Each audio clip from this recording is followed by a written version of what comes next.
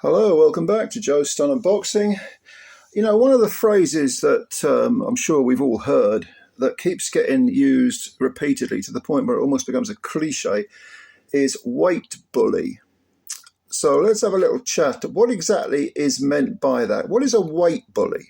Okay, well, it seems to me that usually it's used against fighters as a disparaging phrase for fighters who are what they call big for the weight. That is to say, their dimensions are big. So, you know, they're tall for the weight, they've got long reach, lots of limbs. One thinks of Sebastian Fundora, for example, enormous 154 pounder, 6'5.5". His sister is a flyweight who says she can make light flyweight, and she's 5'8".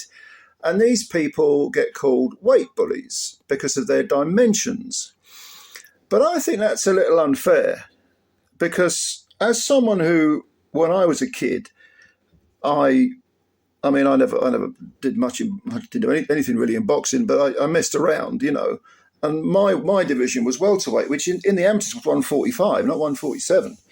And I made it easy. I'm 6'1". I made that weight easy when I was a teenager, really easy. I mean, late teens. You know, when I got to maybe 23, I was probably a light middleweight, but still 6'1", which is, you know, tall for that sort of weight.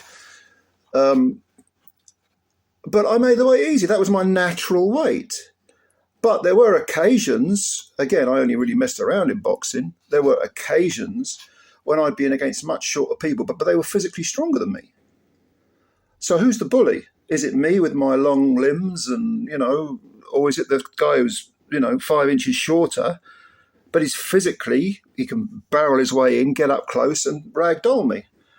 So I think it's a little unfair that weight bullies are considered to be people who just happen to have long dimensions. Also, boiling yourself down to a certain weight is not necessarily a healthy thing, as we know. I mean, I'm stating the bloody obvious here, really, but, you know, it's not like, I mean, if Alexander Usyk tried to make cruiserweight again, he'd get knocked flat out because he's just not a cruiserweight anymore. He couldn't possibly lose 20 pounds, 22 pounds, whatever it would be, to get down to cruiserweight again, and he'd be weak as a kitten, and his punch resistance would be gone, and so on and so forth. So you need to factor all this stuff in. Now, you can say there is an exception to this, of course, which is that if you're a heavyweight and you don't have to make a certain weight, okay, and then you pick on much, much smaller heavyweights, I would say that the phrase weight bully, it carries some, I was going to say it carries some weight, but it carries a bit of truth to it. Now, if people are going to say I'm hating on him, but if you look at Tyson Fury, for example, I think Tyson Fury was a very, very good heavyweight. Okay, was he one of the greats? He scored a couple of very good wins, but his resume isn't very deep at all.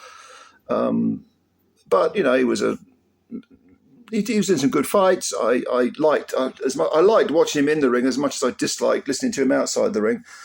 But let's be honest here: if he was 3 stone in natural weight, lighter, would he have been able to do what he did?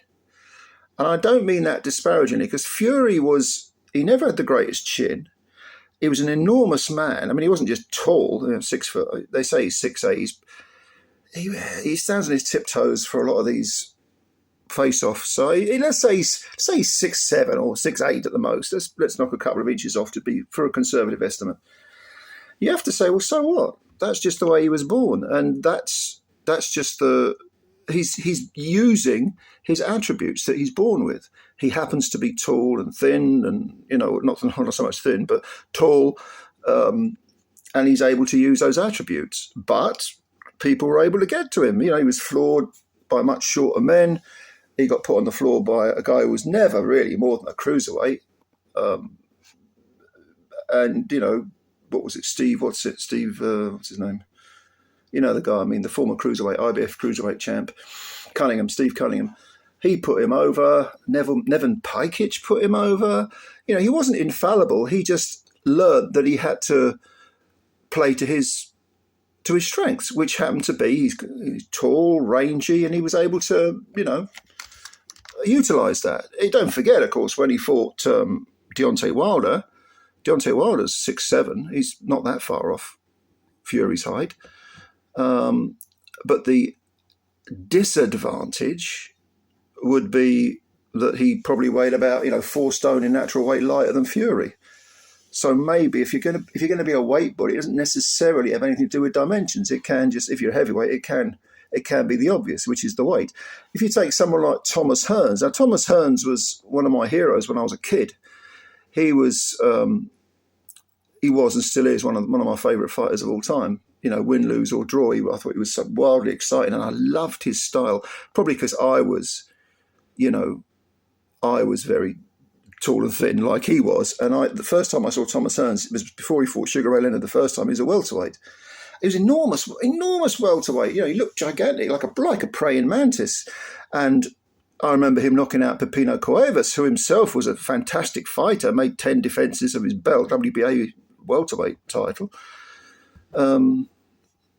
But he got knocked flat by Hearns. Hearns was just, he hit like an absolute truck, Hearns. But he was making 147 easy. Just because he was a kid. He was in his early 20s, 21, 22, whatever it was. But when he fought Sugar Ray Leonard, a man who was probably 3 inches shorter reach, Leonard adapted and adjusted his style to face Hearns over 15 rounds. Had it been a 12-rounder, Hearns would have won. There's a lot of fights where if the current 12-round distance was in place and not a 15-round distance, the loser would have won. Jersey Joe Walcott would have beaten Rocky Marciano in their first fight because he was leading after 12 rounds. Hearns would have beaten Leonard. But you use what you've got, and being a weight bully isn't necessarily... I think let's put it this way. I think there are very rare occasions when the phrase can be used in any sort of convincing way. Making weight, if you make the weight well, it doesn't matter whether you're 5'2" or 6'4". If you're making a certain type of weight, how is it cheating? How is it being a bully? Why is the guy who just happens to be taller the bully, always the bully? It's not true. It's simply not true. So just a bit of food for thought there with regard to this phrase. What do you think? How do you define the word weight bully? Do you think it's got any validity at all? Do you think it's just some nonsense phrase? I don't know. I mean, you tell me what you think. You give me your opinions. I've given you mine, so you give me yours. And of course, if you did like this video, please hit the like button and subscribe to the channel if you're new. I appreciate it. All right, ladies and gentlemen, thank you very much, and I hope you have the nice rest of the evening. It's Thursday, April the 3rd. Don't forget, if you're in the UK tomorrow, Friday the 4th, not Saturday, but Friday the 4th, there's a European light heavyweight title fight on between, who is it now, Dos Santos and Bradley Ray.